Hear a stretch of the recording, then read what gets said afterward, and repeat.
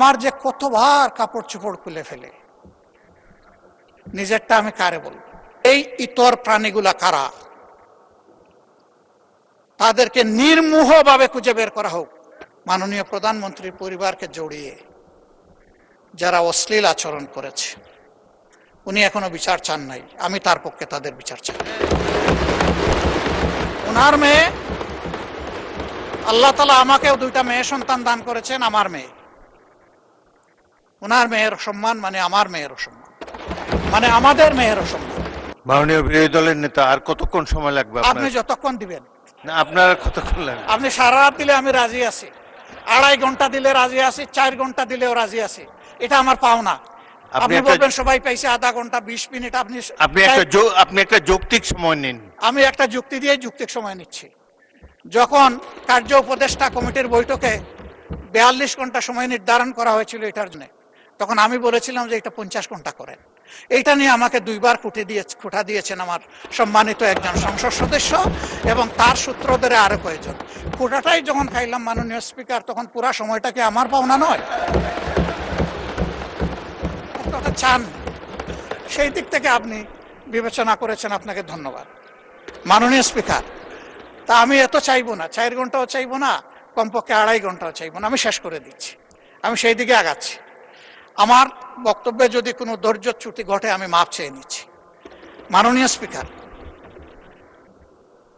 এই বাংলাদেশটাকে আমরা সবাই বলি যে আসেন ঐক্যবদ্ধভাবে এগিয়েছে। তো ঐক্যবদ্ধভাবে এগিয়ে যেতে হলে আসলে মানসিকতায় আমাদের সবার পরিবর্তন আনতে হবে। পরিবর্তন বক্তব্যে নয়, পরিবর্তন আনতে হবে মানসিকতা। সেটা কি? সেটা আর কিছু নয়, let us agree to disagree. আমার অপিনিয়ন আমি দেব, আপনার অপিনিয়ন আপনি দেবেন, আমারটা আপনি শ্রদ্ধা ভরে শুনবেন, আপনারটা আমি শ্রদ্ধা ভরে শুনব। এরপরে যা যৌক্তিক তা নিয়ে আমরা সামনে এগিয়ে যাব। আমরা যদি এতই ক্ষিপ্তা বিরোধী দল হতাম, তাহলে মাননীয় প্রধানমন্ত্রীর এই প্রস্তাবে আমরা সাড়া দিতাম না। আমরা তো বিরোধী দলকে ভালোবাসি না, আমরা তো এখানে বিরোধী দলকে প্রতিনিধিত্ব করতে আসি নাই। আমরা এখানে এসেছি 20 কোটি মানুষের জন্য কথা বলতে।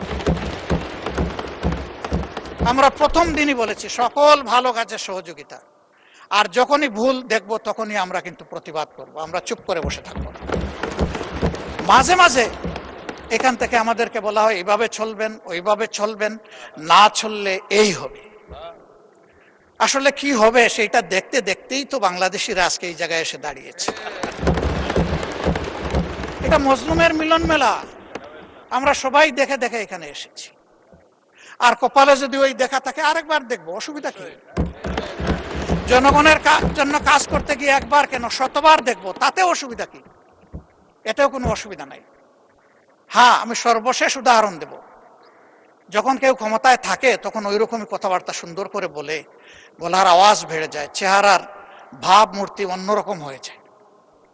এই যে আমাদের জুলাই যোদ্ধারা যারা নেতৃত্ব দিচ্ছিল, আমাদের তরুণ যুব সমাজ, তাদেরকেও তো ডিবিটে নিয়ে অনেক কিছু করা হয়েছে, কাণ্ডকারখানা।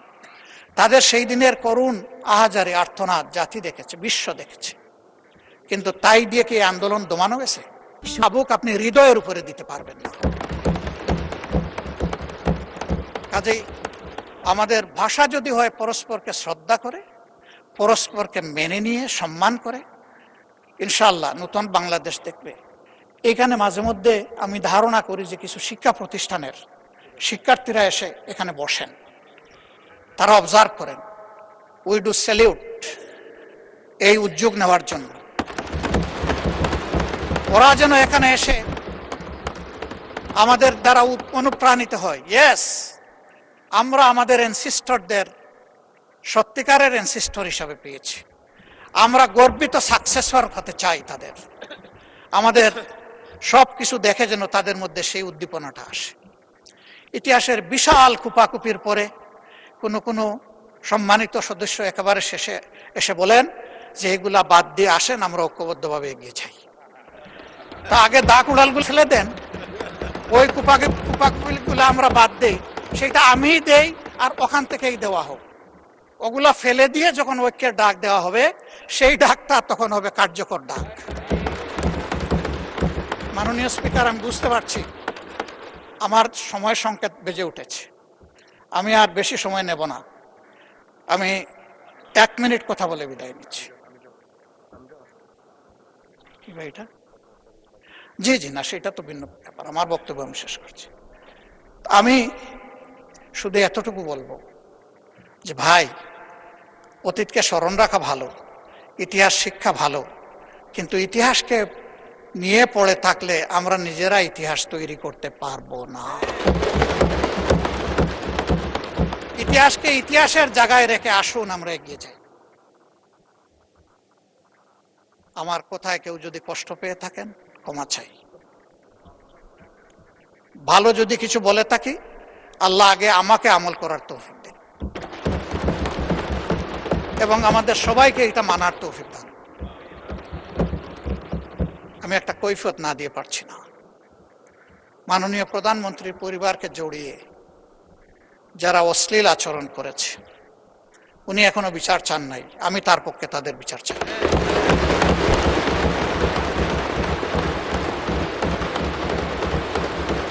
ওনার মেয়ে, আল্লাহ তাআলা আমাকেও 2টা মেয়ে সন্তান দান করেছেন, আমার মেয়ে। ওনার মেয়ের সম্মান মানে আমার মেয়েরও সম্মান, মানে আমাদের মেয়েরও সম্মান।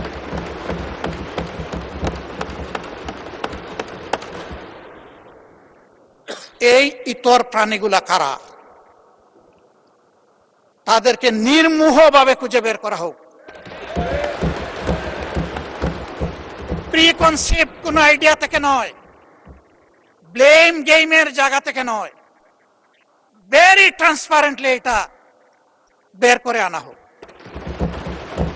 আমার নিজের দুঃখের কথা নাই বললাম, একটা মানুষ বয়স হওয়া পর্যন্ত সব সময় গায়ে কাপড় রাখার চেষ্টা করেছি।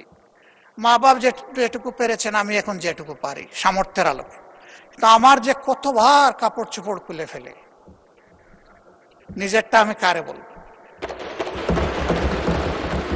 মাননীয় স্পিকার, কি শিখাচ্ছি, কাদেরকে প্রশ্রয় দিচ্ছি? মনে রাখবেন, আমাদের কেউ যদি এদেরকে প্রশ্রয় দেয়, একদিন এরা আমাদেরও কাপড় নিয়ে টান দেবে।